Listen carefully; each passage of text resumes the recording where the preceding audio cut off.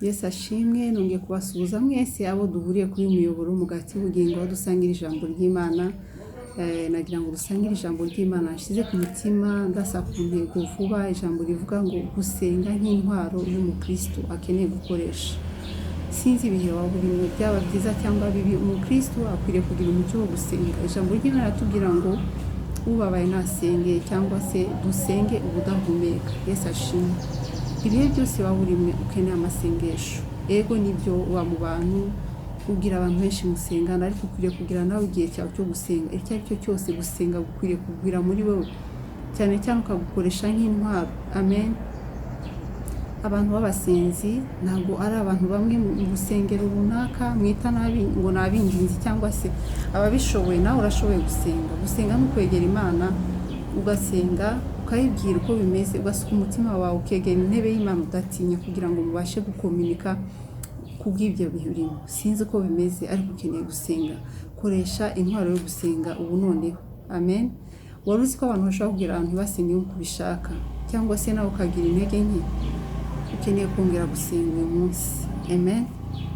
Reka dusome mu Bafilipi 4:6, ijambo nkunda cyane. Aravuga ngo ntimukagire icyo mwiganyira, ahubwo ibyo mushaka byose bimenywe n'Imana, mubisabiye mubyingingiye mushima. Uburyo butatu: mubisabiye mubyingingiye kandi mushima.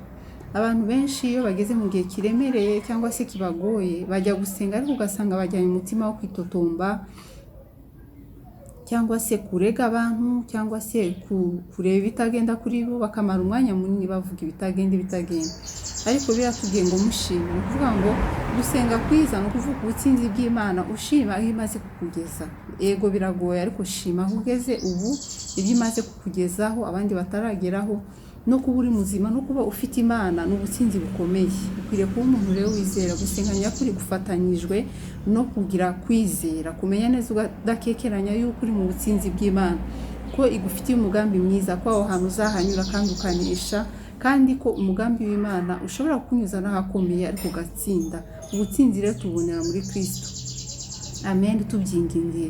Ntabwo rero kwinginga ari uko umuntu ukomeye gusa ubona mu rusengero, cyangwa se abantu babimazemo igihe kirekire. Nawe ushobora gusenga data akakumva. Amen. Yesu yaravuze ngo dusenge tubwire data wa twese uri he?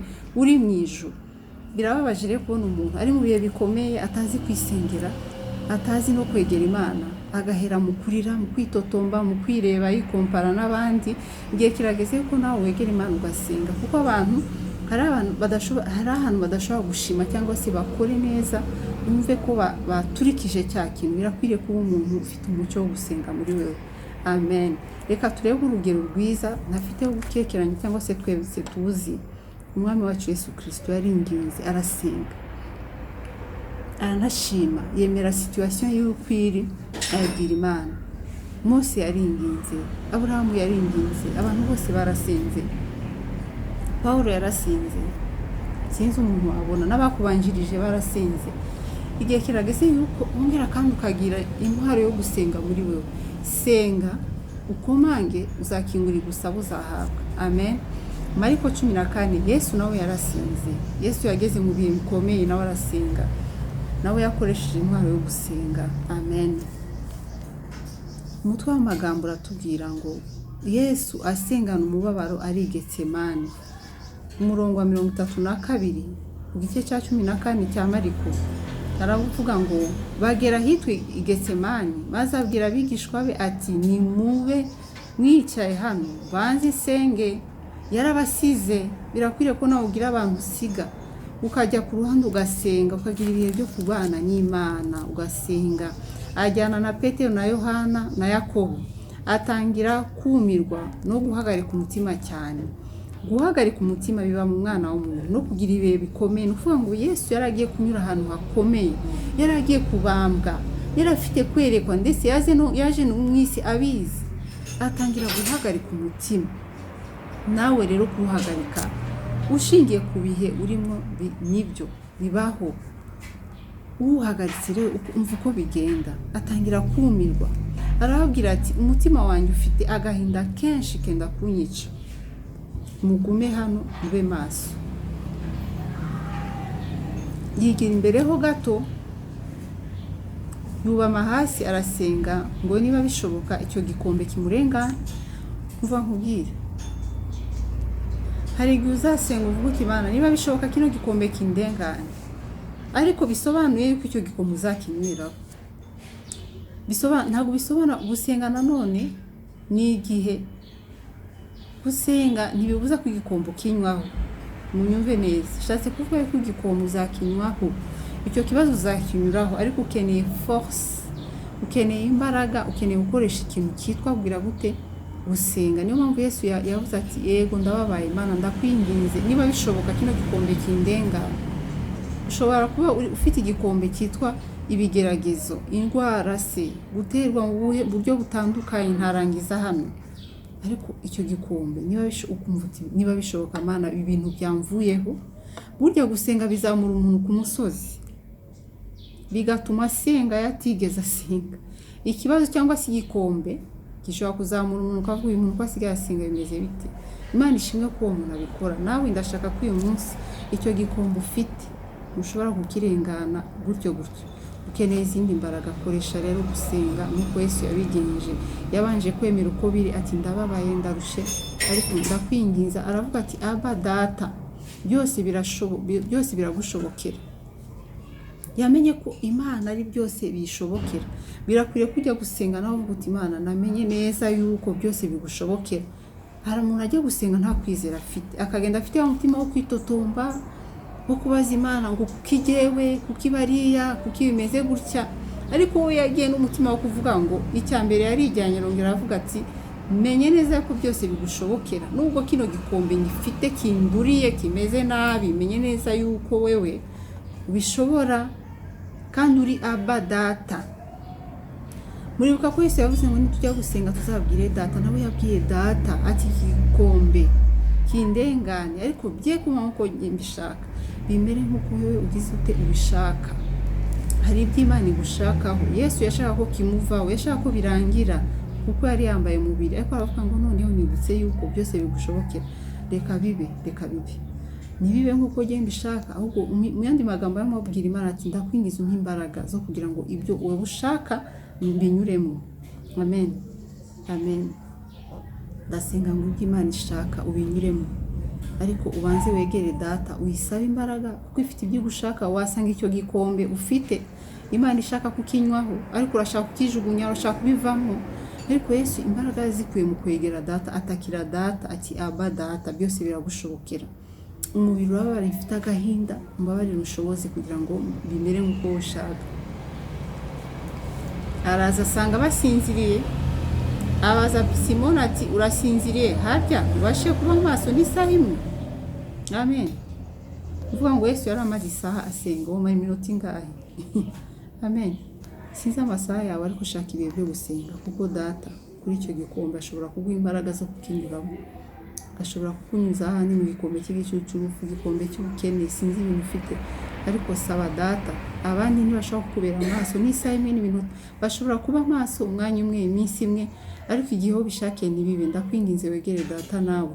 Yaratangaye ngo mube maso musenge, mutajya mu mosha. Umutima ni wo ukunze, ariko umubiri ufite intege nke. Ati ndabibona koko murankunze, ariko ndabona mufite intege nke. Nta muntu ashobora kugusengera wumve ngo agezeyo, nubwo yaba agukunda ate. Birakwiriye ko nawe wiga kwigera kwa Data, ube usenge kugira ngo utagwa mu mosha.